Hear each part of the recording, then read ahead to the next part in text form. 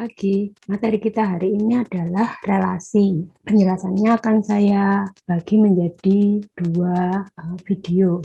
Pada video pertama ini, kita akan membahas tentang apa itu relasi serta bagaimana cara menuliskannya.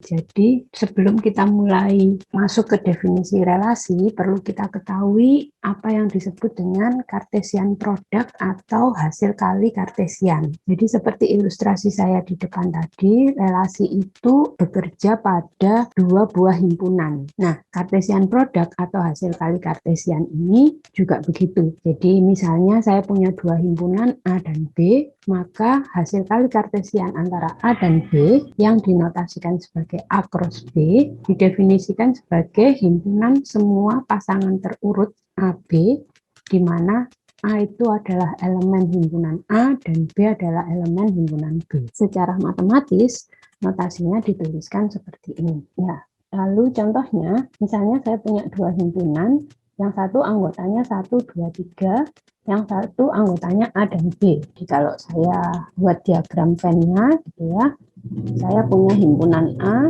yang anggotanya adalah 1, 2, dan 3. Kemudian saya punya himpunan B yang anggotanya adalah A dan B. Nah, hasil kali Cartesian dari A dan B itu adalah himpunan dari semua pasangan terurut AB yang A-nya ada di dalam A dan B-nya ada di dalam himpunan B.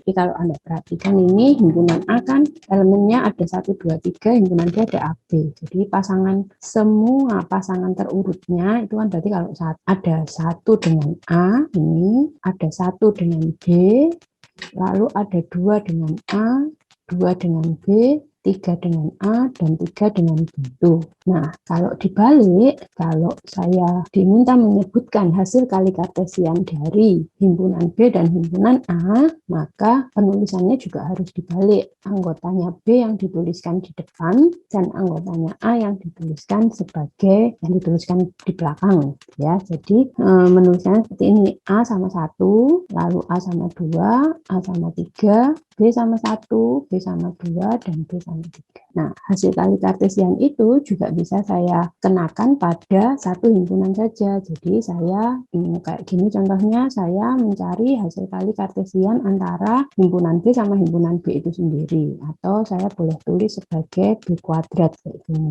Nah, apa isinya? Isinya adalah semua pasangan terurut dari anggota himpunan B ini saja gitu. Jadi kayaknya Anda punya dua himpunan B gini yang anggotanya kan sama karena himpunannya sama. Jadi kalau disuruh bikin pasangan terurutnya berarti A sama B, B sama A, dan B sama B gitu. Nah, dalam sebuah Cartesian product saya bisa menuliskan seperti ini. Ini yang Anda kenal di himpunan kardinalitasnya gitu ya. Jadi jumlah anggota himpunan Cartesian product dari A dan B itu sama dengan jumlah anggotanya A dikalikan dengan jumlah anggotanya B. Nah, dapatkah Cartesian product ini kita kenakan pada lebih dari dua himpunan? Ya dapat saja. Kalau himpunannya ada N, maka dia berarti pasangan terurutnya juga nanti ada N elemen gitu. Jadi kalau saya punya himpunan A1, A2 sampai AN, maka hasil kali Cartesiannya adalah semua pasangan terurut dari A1 sampai AN yang A1-nya anggota himpunan A1, begitu seterusnya sampai AN-nya adalah anggota himpunan AN. Tuh, kalau A-nya sendiri di Cartesian product berulang-ulang, maka saya akan dapat seperti ini, A pangkat N. Tuh. Jadi kalau saya punya himpunan bilangan real, R yang kita notasikan dengan R, maka kalau saya tuliskan R pangkat 3, itu artinya adalah ruang dimensi 3, karena himpunan pasangan bilangan terurut yang ada 3 bilangannya ini kan melambangkan titik-titik, semua titik yang ada di ruang dimensi 3. Nah, relasi itu adalah suatu himpunan bagian dari hasil kali Cartesian. Jadi, misalnya saya punya dua himpunan seperti itu.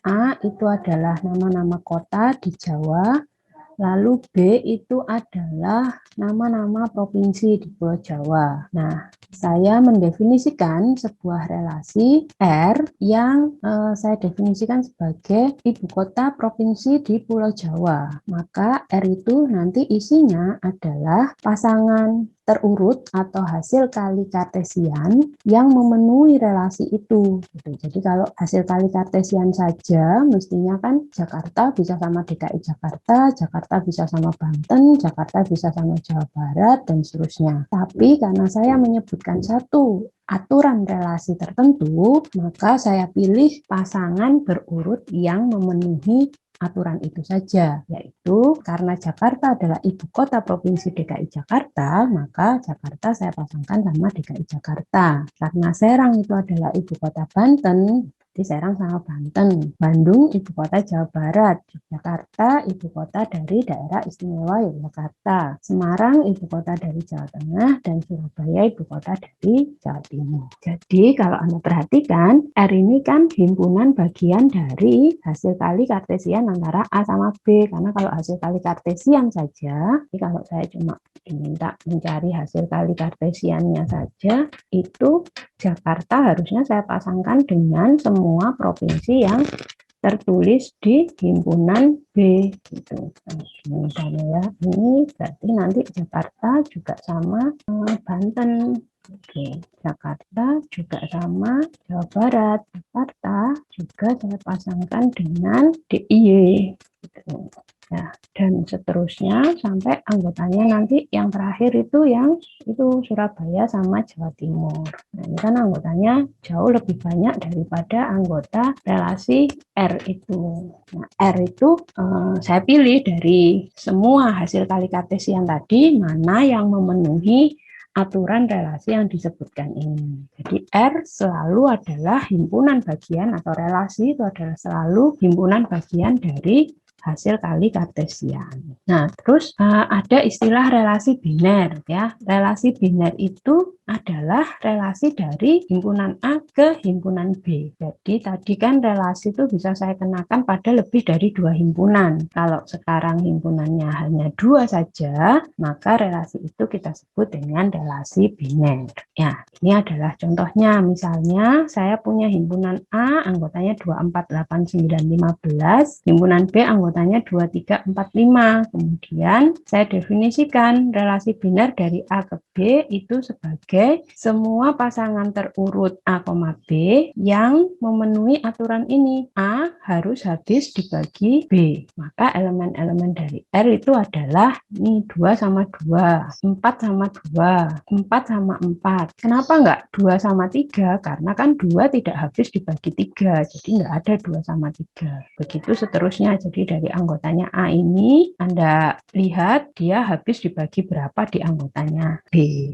Nah, itu adalah elemen-elemen dari R. Tuh. Nah, kalau ada relasi antara 2 himpunan, tadi kan relasi juga bisa saya lakukan pada satu himpunan saja, tuh ya. Atau tadi saya hasil kali kartesian itu kan bisa saya kerjakan pada satu himpunan saja. Nah, kalau saya membuat aturan relasi pada satu himpunan saja, maka itu namanya relasi pada himpunan A. Jadi relasi itu dari siapa ke siapa, dari A ke A lagi.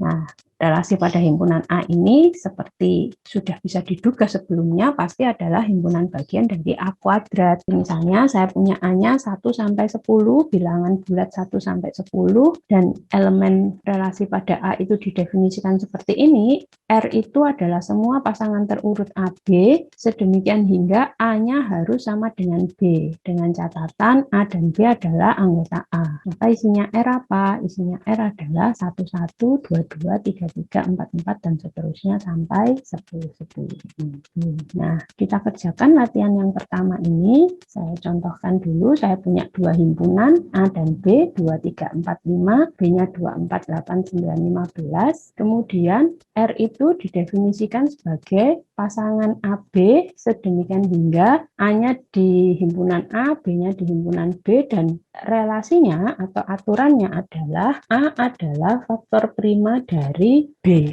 Maka kalau ditanya apa saja elemennya R, berarti elemennya R adalah, sebutkan sekarang elemennya R itu adalah, kita lihat sekarang, 2. Apakah 2 faktor prima dari 2? Karena iya, maka 2 itu masuk dalam anggota R.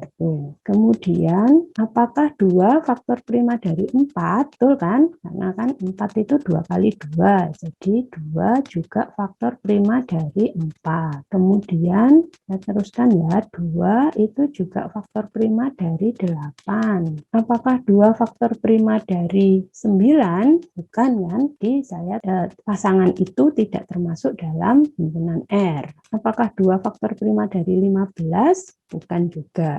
Jadi pasangan itu juga tidak masuk dalam himpunan R. Kita lanjutkan dengan anggota A berikutnya, yaitu 3. 3 masih bilangan prima kan? Nah, 3 apakah faktor prima dari 2? Kan. 3 apakah faktor prima dari 4? Bukan juga. 3 juga bukan faktor prima dari 8. Tapi 3 adalah faktor prima dari 9. Kemudian 3 itu juga faktor prima dari 15. Nah, karena 4 bukan bilangan prima, saya tidak perlu memeriksa yang 4 gitu, karena kan 4 pasti bukan faktor prima dari bilangan yang manapun di B. Saya bisa lanjutkan ke 5, dan 5 itu adalah faktor prima dari 15 saja di himpunan B. Maka isinya R saya seperti ini. Kemudian saya teruskan ya, bagaimana cara menuliskan relasi biner. Ada banyak cara menuliskan relasi biner. Kita sudah pelajari tadi yang pertama, yaitu dituliskan sebagai himpunan pasangan terurut kayak tadi. Jadi disebutkan apa sama apa gitu ya. Kayak gini contohnya, saya punya 2 himpunan. Yang pertama adalah nama-nama mahasiswa, yang kedua nama-nama mata kuliah. Relasinya mengambil mata kuliah. Nah, kebetulan data yang saya punya menunjukkan, jadi kalau ini tuh relasi ini saya bacanya sebagai Ari mengambil mata kuliah algoritma dan pemrograman. Ari juga mengambil mata kuliah matematika. Nah, Budi itu mengambil mata kuliah matematika saja, karena nggak ada lagi pasangannya Budi dengan mata kuliah yang lain. Nah, Dodi itu mengambil mata kuliah algoritma dan pemrograman. Dodi ngambil mata kuliah agama. Edi ngambil mata kuliah matematika sama agama. Itu cara pertama. Cara kedua, relasi biner itu bisa dituliskan juga dalam bentuk tabel dengan catatan ini. Jadi yang baris-barisnya ini adalah anggota himpunan A, sementara headernya kolomnya ini adalah anggota himpunan B. Nah, elemen-elemen yang berelasi itu di selnya kita beri tanda silang, di sel yang merupakan perpotongan antara mereka. Jadi kayak gini, ini kan tadi Ari, ini kan Ari ngambil Alpro, berarti di sel yang Ari sama Alpro disilang. Ari ngambil matematika, di sini disilang juga. Terus Budi ngambil matematika, nah itu seterusnya sampai Edi ngambil agama. Cara ketiga, relasi biner itu juga bisa divisualisasikan dalam bentuk graf. Ya, kalau dalam bentuk graf nanti elemen-elemen dari himpunan itu diwakili oleh titik-titik gitu, yang supaya melihatnya enak ya, elemen himpunan A diletakkan pada sisi yang sama, elemen himpunan B diletakkan di sisi satunya gitu ya. Lalu elemen-elemen yang berelasi itu kita hubungkan dengan anak panah. Jadi seperti ini membacanya sekarang, karena relasinya tadi mengambil mata kuliah, jadi membacanya Ari mengambil Alpro, Ari mengambil matematika, Budi mengambil matematika, Dodi mengambil Alpro dan agama, Edi mengambil matematika dan agama. Tuh. Cara keempat, dengan aturan prefix, maksudnya ini berarti aturannya dituliskan di depan gitu. Jadi nama relasinya ditulis dulu, lalu diikuti oleh elemen-elemen yang berelasi. Ya, jadi untuk contoh yang tadi, cara nulisnya jadi seperti ini. Jadi ini aturannya ditulis di depan, tadi aturannya kan mengambil mata kuliah gitu ya. Jadi mengambilnya ditulis di depan, lah diikuti sama elemen-elemen yang berelasi. Atau cara cara kelima, dengan aturan penulisan nama relasi tapi dengan infix. Infix itu maksudnya nama relasinya ditulis di tengah-tengah, berarti antara elemen A sama elemen B. Jadi ini jadi seperti ini, Ari mengambil Alpro dan seterusnya. Terus cara terakhir bisa dituliskan dengan tabel data relasional. Tabel data relasional itu saya cukup tulis kolom yang berelasi saja. Jadi kalau tadi ada kan relasi biner selalu antara dua himpunan, jadi kolomnya pasti cuma dua, himpunan A sama himpunan B. Kemudian yang saya tuliskan dalam baris-baris tabel ini hanya elemen yang berelasi saja. Jadi kayak gini, Ari ambil Alpro, Ari ngambil matematika, Budi ngambil matematika. Kok dia ngambil 2 mata kuliah kan tadi dia ada di R itu, bagian dari R, 2 elemen dari R itu memang ada Arinya, jadi harus ditulis 2 kali. Ya, ini yang terakhir. Nah, contohnya kalau tadi saya punya relasi ibu kota provinsi di Pulau Jawa tadi, saya bisa tulis dengan 5 cara yang sudah kita pelajari tadi.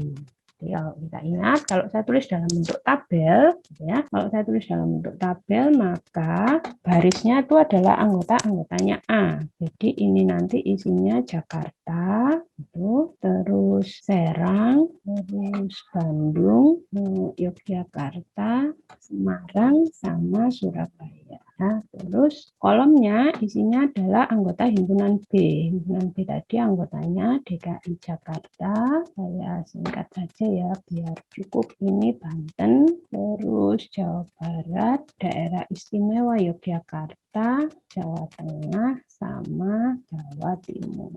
Buat tabelnya, ya, lalu nanti saya tinggal menandai elemen-elemen yang saling berelasi. Tuh. Jadi dalam hal ini elemen yang saling berelasi kan Jakarta sama DKI Jakarta, Serang sama Banten, Bandung sama Jawa Barat, Yogyakarta sama Daerah Istimewa Yogyakarta, Semarang sama Jawa Tengah, dan Surabaya sama Jawa Timur. Itu kalau dalam bentuk tabel. Kalau dalam bentuk grafik berarti saya cukup tulis tadi elemennya gitu ya. Terus pada di Serang, Jogja, singkat saja ya, ini Semarang sama Surabaya. Terus yang ini DKI, Banten, Jawa Barat, DIY, Jateng, sama Jatim. Nah, lalu saya tinggal hubungkan elemen yang berelasi dengan tanda panah. Jakarta sama DKI, Serang sama Banten, Bandung sama Jawa Barat, Jogja sama DIY, Semarang sama Jateng, Surabaya sama begitu. Nah, kalau saya pakai cara yang ketiga gitu ya, dengan prefiks ini berarti aturannya saya tulis di depan, ibu kota provinsi gitu ya. Apa? Saya tulis ini Jakarta sama DKI gitu ya. Begitu seterusnya, Serang sama Banten. Jadi aturannya ditulis di depan dan seterusnya sampai yang terakhir adalah Surabaya sama Jawa Timur. Tuh, nah kalau pakai infix nanti aturannya ditulis di tengah. Jadi betul-betul membacanya jadi seperti kita membaca kalimat dalam bahasa Indonesia itu, Jakarta, ibu kota, provinsi, DKI. Nah, ya, yang terakhir Surabaya itu ibu kota provinsi Jawa Timur. Tuh. Nah, terus yang terakhir kalau kita pakai tabel data relasional, berarti saya tulis anggotanya tadi A sama B gitu ya. Lalu saya tulis yang berelasi. Jadi karena ini tadi Jakarta sama DKI Jakarta, bisa tulis Jakarta dengan DKI Jakarta. Ya, Serang dengan Banten dan seterusnya sampai Surabaya sama Jawa Timur. Ya. Nah, itu definisi relasi dan cara penulisannya. Silahkan Anda berlatih. Kalau ada pertanyaan, boleh ditanyakan di media-media yang kita punya atau dituliskan di komen di bawah video ini. Nah, penjelasan selanjutnya dapat dilihat di video saya berikutnya. Terima kasih, selamat belajar.